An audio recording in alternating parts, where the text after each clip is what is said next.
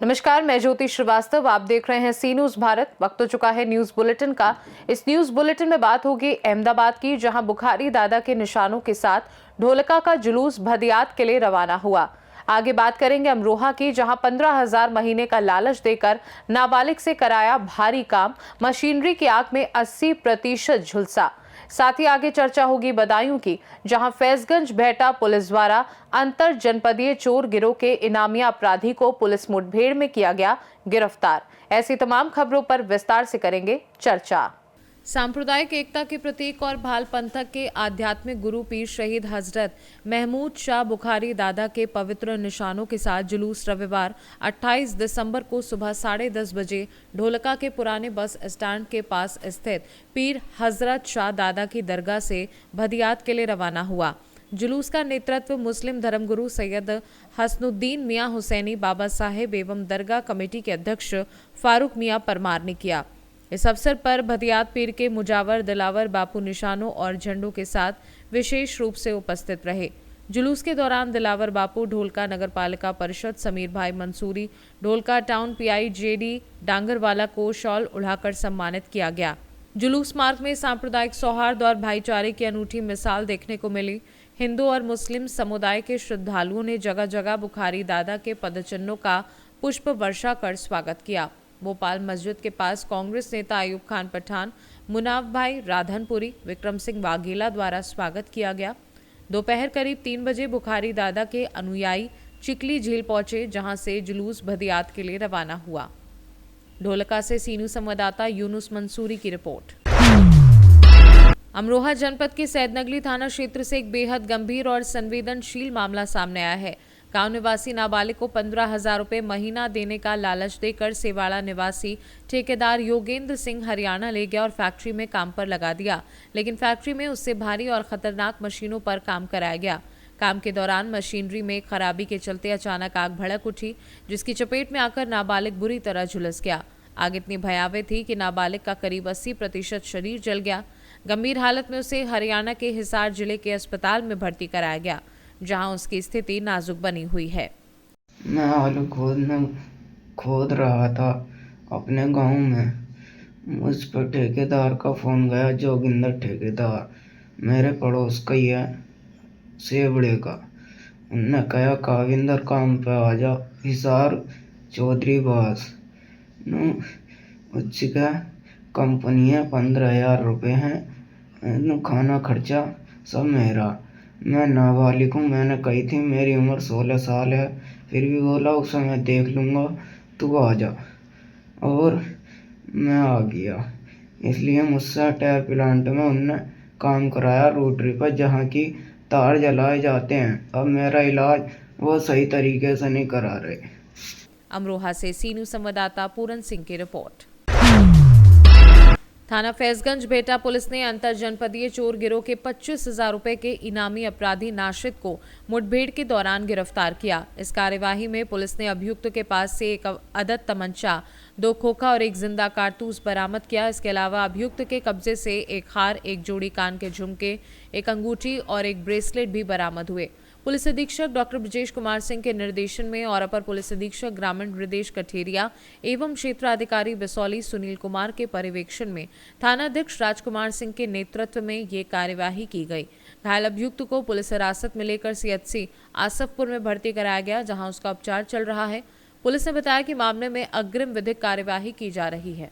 देखिए, आज दिनांक 28/12/2025 को थाना फैजगंज बैठा आसफपुर चौकी क्षेत्र में गश्त में मामूर थे। तभी उनको निपुण मुखबिर द्वारा सूचना प्राप्त हुई कि मुकदमा अपराध संख्या 242/25 जो किन्नर टीना के यहाँ पर ओरछी चौराहे पर जो डकैती का अभियोग पंजीकृत हुआ, उसमें वांछित अभियुक्त नासिर पुत्र ताहिर, जो अमरोहा जनपद अमरोहा का निवासी है, जिस पर 25,000 का इनाम घोषित है, वो किसी घटना को कारित करने के उद्देश्य से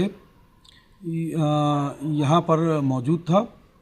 इस सूचना पर, मुखबिर की सूचना पर थानाध्यक्ष फैजगंज बैठा अपने पुलिस बल के साथ के द्वारा उसकी घेराबंदी की गई। जिस पर घेराबंदी के दौरान अभियुक्त द्वारा पुलिस पार्टी पर जान से मारने की नीयत से फायरिंग किया गया। जवाबी कार्रवाई में पुलिस द्वारा भी फायरिंग की गई, जिसमें अभियुक्त नासिर जख्मी हुआ है, जिसके पैर में गोली लगी हुई है, जिसके कब्जे से एक नाजायज तमंचा, 2 खोखा कारतूस व 1 जिंदा कारतूस बरामद हुआ तथा उसकी जामा तलाशी से कुछ जेवरात बरामद हुए जो डकैती में लूटे गए जेवरात हैं। अभियुक्त को गिरफ्तार कर तत्काल उपचार हेतु CSC आसफपुर लाया गया है, जहां उसका उपचार किया जा रहा है। इसके विरुद्ध अभियोग पंजीकृत कर आवश्यक कार्रवाई की जा रही है। बदायूं से सीनू संवाददाता आकाश तोमर की रिपोर्ट। बिलसी थाना क्षेत्र में जैन खाद बीज भंडार की दुकान में चोरी का प्रयास किया गया, जो पड़ोसी के जागने पर नाकाम रहा। घटनास्थल पर बिलसी पुलिस तुरंत पहुंची और जांच पड़ताल शुरू कर दी। जानकारी के अनुसार चोर जंगला तोड़कर दुकान में प्रवेश करने का प्रयास कर रहे थे, लेकिन दुकान के आसपास के लोगों के जागने और हंगामा मचाने पर चोर मौके से फरार हो गए। स्थानीय लोगों ने बताया कि पिछले वर्ष भी घने कोहरे में क्षेत्र की कई दुकानों में चोरी की घटनाएं हो चुकी हैं। पुलिस ने मौके से आवश्यक सबूत जुटाए और चोरों की गिरफ्तारी के लिए छानबीन शुरू कर दी है। नाम टीटू जैन उर्फ मृगांक जैन है। मामला ये था भैया, दुकान बंद करके गए थे यहाँ पे, थोड़ी देर में ही चोर घुस गए और इन्होंने तोड़फोड़ कर दी जीने में से। जब बराबर हमारे गोपाल भैया इनके पापा ने यहाँ पर देखा तोड़फोड़ हो रही है, उन्होंने हमें सूचना दी। हम दुकान से भज के आए। जब भज के आए तो जैसे ही गेट खोले, वैसे ही वो सब लोग घटते जब तक हो पाए तब तक वो फांद के और कूद गया। उसके बाद हमने देखी में नुकसान, पहले दुकान नीचे देखी, उसके बाद ऊपर आए तो ये दीवार जो जीने की सब टूटी हुई मिली है। 9 बजे हाँ, पुलिस को हमने कोतवाल साहब को सूचना दी। कोतवाल साहब ने 2-3 सिपाही भेज दिए। उसके बाद तुरंत वो भी आ गई। सामान तो फिलहाल चोरी नहीं हुआ, देख रहे हैं, लेकिन सामान चोरी ना हुआ, तोड़फोड़ हुई है। अगर भैया अगर जानकारी ना देते तो नुकसान बहुत बड़ा होता। बदायूं से सीनू संवाददाता नईम की रिपोर्ट। बक्सर के प्रसिद्ध नाथ बाबा मंदिर में रातों रात चोर चंदन का पेड़ काटकर फरार हो गए। सुबह जब लोगों को इसकी जानकारी मिली तो इलाके में हड़कंप मच गया। लोग हैरान थे कि इतना बड़ा और पुराना चंदन का पेड़ कैसे काटकर ले जाया गया। बताया जाता है कि मंदिर से सटे अनुमंडल पदाधिकारी सदर का आवास है और मंदिर व आवास की दीवार एक ही है। इसके बावजूद चोरी की ये घटना सामने आई।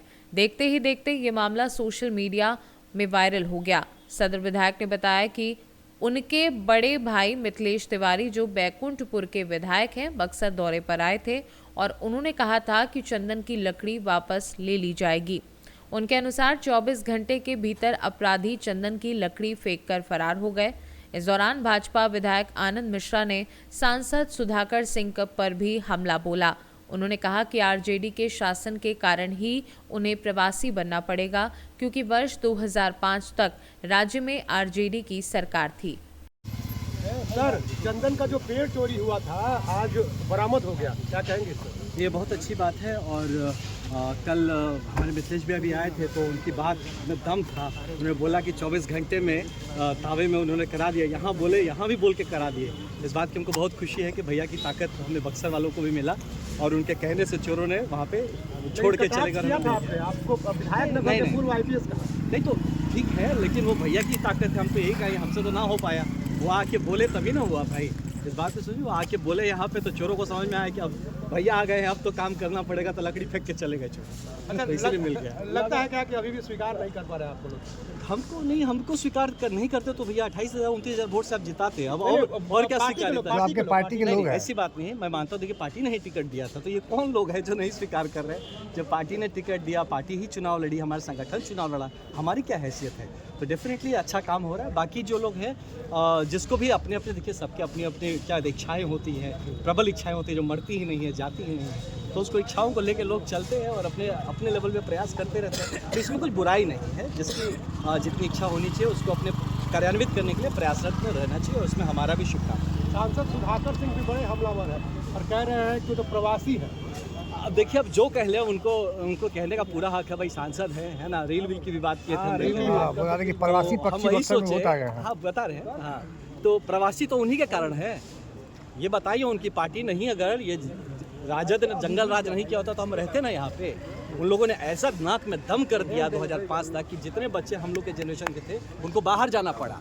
तो उसी अब आगे ऐसा ना हो सके, अब हम जैसों को प्रवासी ना बनना पड़े, अपना जगह नहीं छोड़ना पड़े, तो इसीलिए वापस अब आए हैं इस जगह को इंश्योर करने कि ऐसे लोग वापस ना आए कि पहले हमको ज़बरदस्ती प्रवासी बनाए और फिर हम वही को प्रवासी कहें। नंबर 1। दूसरा, रील बनाने की बात है तो रील तो भैया तेजस्वी यादव जैसा नाच तो नहीं रहे ना हम रास्ते में। जो रील बन रहा है, या हम तो पर्सनली इतना रील वील के चक्कर में रहता है, लेकिन जो भी बना रहा है वो कुछ काम करेंगे तब ना आपका रील बनेगा। काम ही नहीं करेंगे तो आपका रील कहाँ से बनेगा? कुछ काम हम करिए, ज़मीन पर उतरिए, जाइए लोगों में। रील बनाने के लिए कंटेंट भी तो चाहिए, घर में बैठे रील थोड़े बनता है। तो इसीलिए, और देखिए मॉडर्न ज़माना है, ऐसे बोल के तंज ना कसा जाए। जो बच्चे रील बनाते हैं क्रिएटिव है, जैसे लोग पेंटिंग करते हैं, ड्राइंग बनाते हैं, आजकल के मॉडर्न युग में जो हमारा जेनजी है या जो हमारा अल्फा जनरेशन आ रहा है वो रील से अपने आप को व्यक्त करता है। तो ऐसे करके पूरे युवाओं को, युवा पीढ़ी को वो गंदा बोलने का प्रयास करे। रील बनाना खराब है क्या? अगर बनाता भी है तो कोई क्या खराब है भाई? आप देख लीजिए, उनके लोग भी रील बना रहे हैं। अब वो पुराने ज़माने के थॉट प्रोसेस के हैं, उनको नहीं समझ में आता है, उनसे ना हो पा रहा है, तो उसको लेकर दूसरों पे तंज करने की क्या बात है? बोले काम पे ध्यान दिया जाए, है ना। और मैंने और भी चीज़ देखा, यहाँ पे लोग बड़ा विकास का क्रेडिट लेने पर लगे हुए हैं। हम देखिए कि वो लोग भी सांसद महोदय भी क्रेडिट ले रहे हैं। भैया तो पक्ष और विपक्ष में डिफरेंस क्या? पक्ष काम कर रहा है और विपक्ष क्रेडिट ले रहा है। गजब हाल है। तो बताइए, तो मतलब ऐसी चीज़ है, ऐसी गंदी राजनीति, छोटी राजनीति हो रही है। मैं बोलूँगा नहीं, पहली बार बोल दिया, अब नहीं बोलेंगे इसके ऊपर। हम लोग काम करेंगे और बाकी जिसको एंटरटेनमेंट करना हो वैसी बातें करते रहे, इस तरह की हरकतें करते रहे। एक चीज़ उन्होंने और भी कही है तो कांग्रेस बक्सर से सीनू संवाददाता वरुण मिश्रा की रिपोर्ट। छोटाउदेपुर जिले के कदवाल तालुका के बोरकंडा गांव में 27 दिसंबर को तुअर के खेत से एक नाबालिग किशोरी का शव मिलने से पूरे क्षेत्र में सनसनी फैल गई। इस घटना के संबंध में कदवाल पुलिस स्टेशन में हत्या का मामला दर्ज किया गया।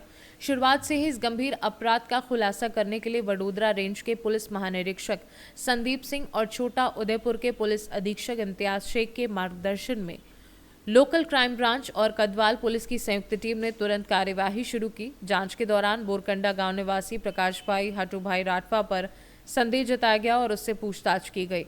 कड़ी पूछताछ में आरोपी ने पारंपरिक खेत संबंधी विवाद के चलते हत्या करना स्वीकार किया। फिलहाल आरोपी को आगे की कानूनी कार्यवाही के लिए कदवाल पुलिस स्टेशन को सौंप दिया गया है।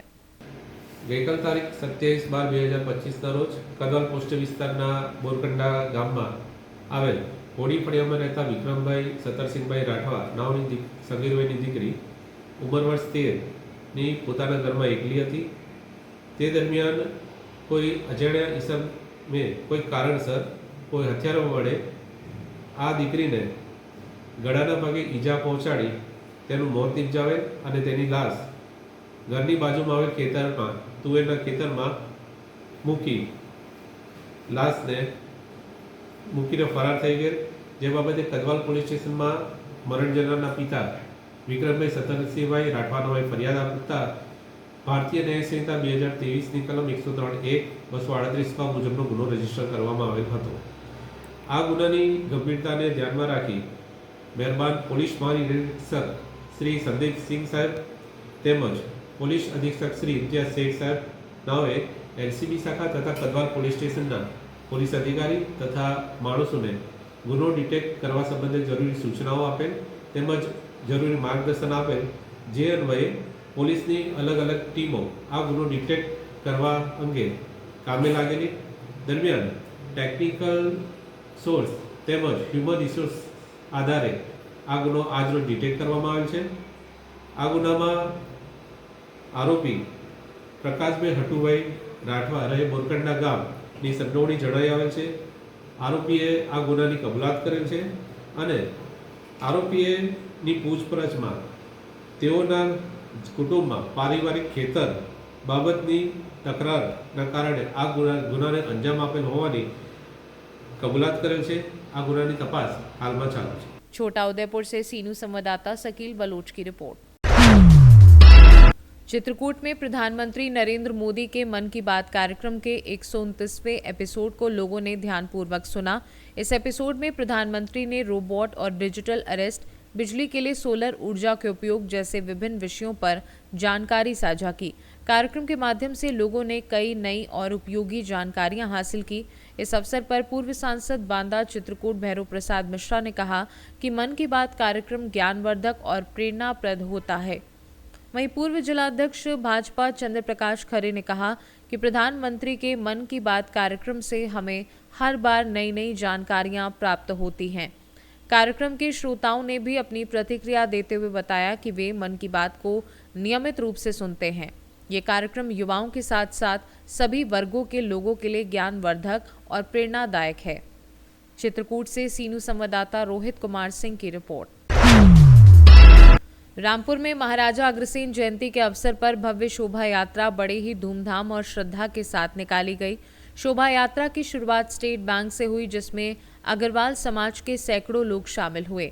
शोभा यात्रा के दौरान समाज के रंजीत अग्रवाल, पूनम अग्रवाल, प्रखर अग्रवाल सहित अन्य लोगों ने पुष्प वर्षा कर शोभा यात्रा का भव्य स्वागत किया। इस अवसर पर अग्रवाल सभा में महाराजा अग्रसेन की विधिवत पूजा अर्चना की गई तथा कई सांस्कृतिक कार्यक्रमों का आयोजन किया गया। अग्रवाल सभा की ओर से महाराजा अग्रसेन जयंती समारोह का शुभारंभ किया गया, जिसमें महिलाएं, पुरुष और बच्चे सैकड़ों की संख्या में उपस्थित रहे। महाराजा अग्रसेन की प्रतिमा को रथ पर अखंड ज्योति के साथ नगर के विभिन्न मोहल्लों से भ्रमण कराते हुए जनकी उत्सव प्लेस पर शोभा यात्रा का समापन किया गया। इस शोभा यात्रा में अशोक अग्रवाल, दीपक गोयल, राजकुमार अग्रवाल, चित्रक अग्रवाल, प्रवेश अग्रवाल एवं बड़ी संख्या में समाजजन उपस्थित रहे। मेरा नाम रंजीत अग्रवाल है। एक शोभा यात्रा निकाली गई है, क्या नाम है शोभा यात्रा का, किस संबंध में निकाली गई है? ये अग्रसेन महाराज की शोभा यात्रा है। इसमें जो उनके वंशज है उनको दर्शाया जाता है और समाज की एकता के लिए इसे निकाला जाता है। आपके द्वारा स्वागत भी किया गया है शोभा यात्रा का। कौन कौन लोग आपके साथ उपस्थित है? मेरे साथ सभी लोग, पूरा समाज है मेरे साथ, मेरे परिवार के साथ बाकी सारा समाज है। समाज के लोग हैं और जो और लोग हैं उनसे क्या कहना चाहेंगे? समाज के लोग ये साथी हैं, उनसे कहने क्या है, और लोगों को भी साथ लाएं, खुद भी आए, दूसरों को भी लाएं। यात्रा कहाँ से कहाँ तक निकाली है? यात्रा स्टेट बैंक से लेकर ये उत्सव पैलेस तक जाएगी। प्रखर अग्रवाल, आज आपके रामपुर में स्टेट बैंक से एक शोभा यात्रा निकाली गई है। जी जी, क्या इस शोभा यात्रा का नाम है और किस संबंध में निकाली गई है? ये अग्रसेन महाराज जी, श्री अग्रसेन महाराज जी की शोभा यात्रा है और इनका ये भव्य शोभा यात्रा आज निकाली गई है, जिसका पुष्पों के द्वारा स्वागत किया जा रहा है। यहाँ पे आपके द्वारा शोभा यात्रा की पुष्प वर्षा का स्वागत किया गया है। कौन कौन लोग उपस्थित रहे हैं आपके स्वागत से? सभी अग्र बंधु जो भी है, रामपुर समस्त रामपुर के जितने भी अग्र बंधु है यहाँ पे एकत्रित हुए और यहाँ पे कोशिश रहेगी कि भव्य से भव्य यात्रा का आयोजन किया जाए। क्या उद्देश्य रहेगा इस यात्रा का?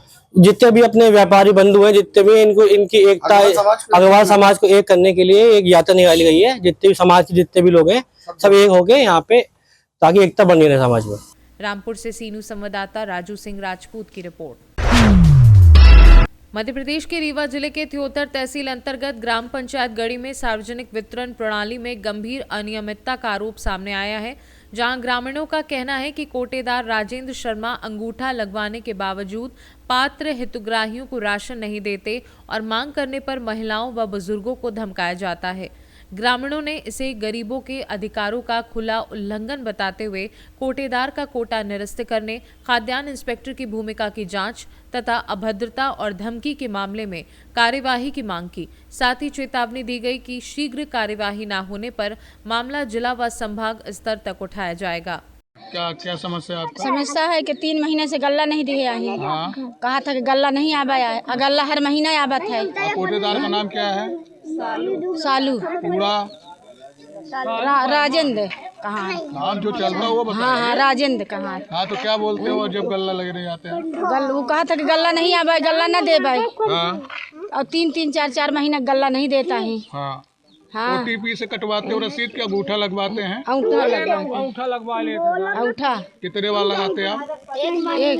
फिर लेने जाते तो क्या बोलते हैं? कहते हैं कि नहीं है गल्ला। हाँ, और जौन हमारे करे कोई जौन कई ले ला के हम नहीं दे। कौन सी ग्राम पंचायत है? अरे अब ऐसा नहीं, चार के आगे ऐसा उम्र नहीं बता जाते।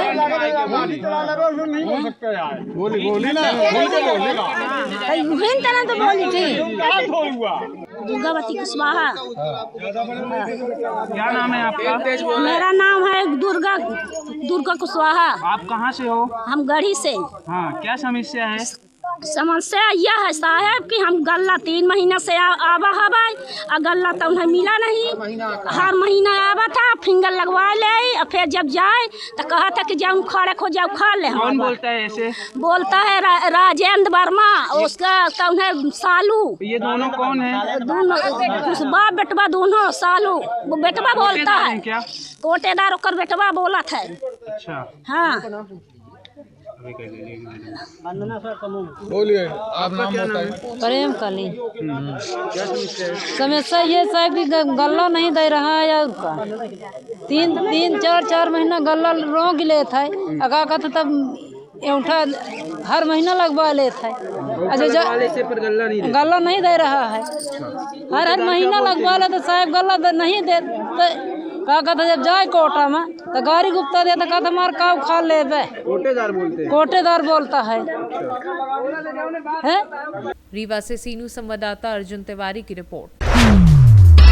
सपा सुप्रीमो अखिलेश यादव के निर्देश पर सिंगरौली जिले के ग्राम खमरिया और परसदेही के किसानों ने भारत सरकार की पावर ग्रिड कंपनी की कथित तानाशाही के खिलाफ धरना प्रदर्शन किया, जिसमें विस्थापित किसान परिवारों को न्याय दिलाने की मांग की गई। रीवा से सपा राष्ट्रीय सचिव शिव सिंह के नेतृत्व में किसानों ने राष्ट्रपति के नाम एसडीएम सिंगरौली को ज्ञापन सौंपा। धरने को संबोधित करते हुए नेताओं ने कहा कि वर्ष 2011 में जमीन अधिग्रहण के बाद भी प्रभावित परिवार मुआवजा, रोजगार, शिक्षा और चिकित्सा सुविधाओं से वंचित हैं। धरना प्रदर्शन में सैकड़ों किसान और महिलाएं शामिल रही। कंपनी में 8 मांगों का ज्ञापन पत्र सौंपा है। क्या क्या मांगे हैं आपकी? आज ये जो इस इलाके की मांगे हैं, तो पावर ग्रिड ने जो 2011 में जमीनों का अधिग्रहण किया था और जो किसान विस्थापित हुए थे, तो उनकी जो मूलभूत समस्याएं हैं, तो उन समस्याओं का निराकरण आज तक सरकार ने न कंपनी ने नहीं किया है। उसको लेकर आज सपा समाजवादी पार्टी ने माननीय राष्ट्रीय अध्यक्ष जी के निर्देशन पर यहाँ धरना दिया और ज्ञापन दिया और ये चेतावनी दे करके हम लोग यहाँ से जा रहे हैं कि यदि मांगों का निराकरण 1 माह के अंदर नहीं हुआ तो फिर से जबरदस्त आंदोलन। Bureau report, C news Bharat, Singrauli. News bulletin में फिलहाल के लिए इतना ही। बने रहिए सी न्यूज़ भारत के साथ। हर खबर आपके साथ, आपके हाथ।